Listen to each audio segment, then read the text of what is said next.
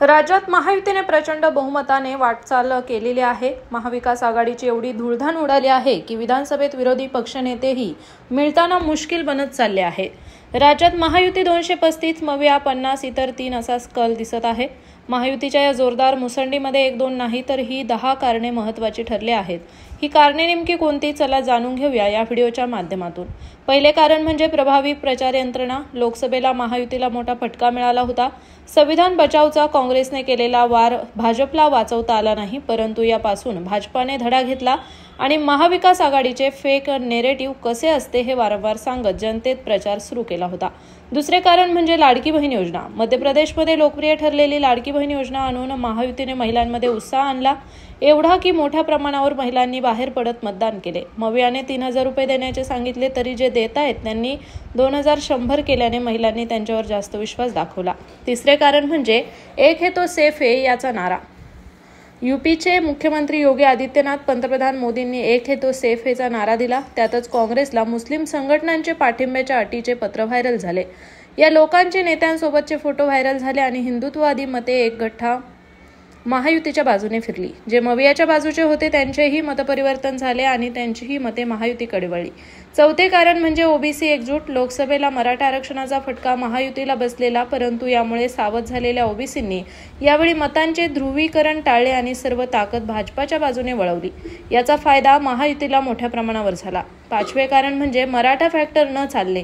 राज्यात मराठ्यांचे वर्चस्व लोकसभेला दिसलेले, परंतु शिंदेंनी जाहीर केलेले आरक्षण, तरीही जरांगेंची धरसोडची भूमिका आणि राजकारण यामुळे मराठा समाज मोठ्या प्रमाणावर भाजपकडे परतला।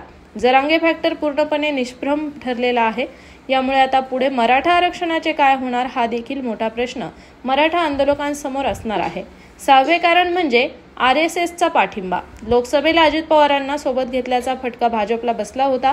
आरएसएसच्या मतदारांनी भाजपला मनापासून पाठिंबा दिलेला नव्हता। यामुळे विधानसभेला हा डॅमेज कंट्रोल करण्यात आला आणि आरएसएसच्या नेत्यांनीही मोठ्या ताकदीने भाजपला रसद पुरवली। आणखी सातवे महत्त्वाचे कारण म्हणजे नेहमीप्रमाणे काँग्रेस नेते गाफील राहिले। महाराष्ट्रात लोकसभेत मिळालेल्या यशावरच अवलंबून राहिले। मोदींनी घेतल्या त्या निम्म्या सभाही काँग्रेसच्या वरिष्ठ पातळीवरील नेत्यांनी घेतल्या नाही। वारे आपल्या बाजूने असल्याचे गृहीत धरून राज्यातील काँग्रेस नेते आपापसातच मी मुख्यमंत्री होणार असे शहाचे राजकारण खेळत राहिले। याचा परिणाम मतदारांवर झाला।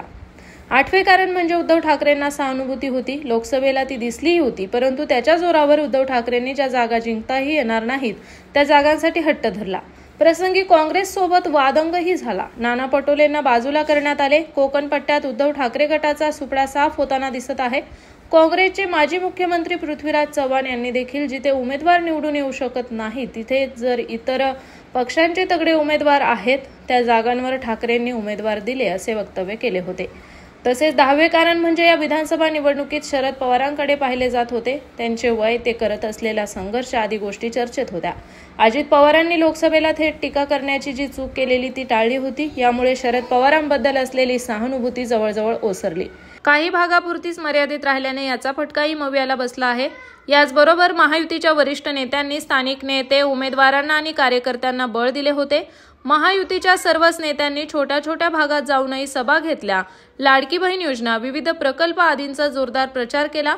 सोशल मीडिया, युट्यूबर्स, मुलाखती, जाहिराती आदींतून महायुतीने जोरदार ताकद लावली होती। माहिती देणारा हा व्हिडिओ तुम्हाला कसा वाटला आम्हाला कमेंट्समध्ये नक्की सांगा। त्याचबरोबर हा व्हिडिओ आवडल्यास व्हिडिओला लाईक करा, शेअर करा आणि अशाच प्रकारचे माहितीविषयक व्हिडिओ दररोज पाहण्यासाठी आमच्या स्प्रेड इट यूट्यूब चॅनलला नक्की सबस्क्राईब करा।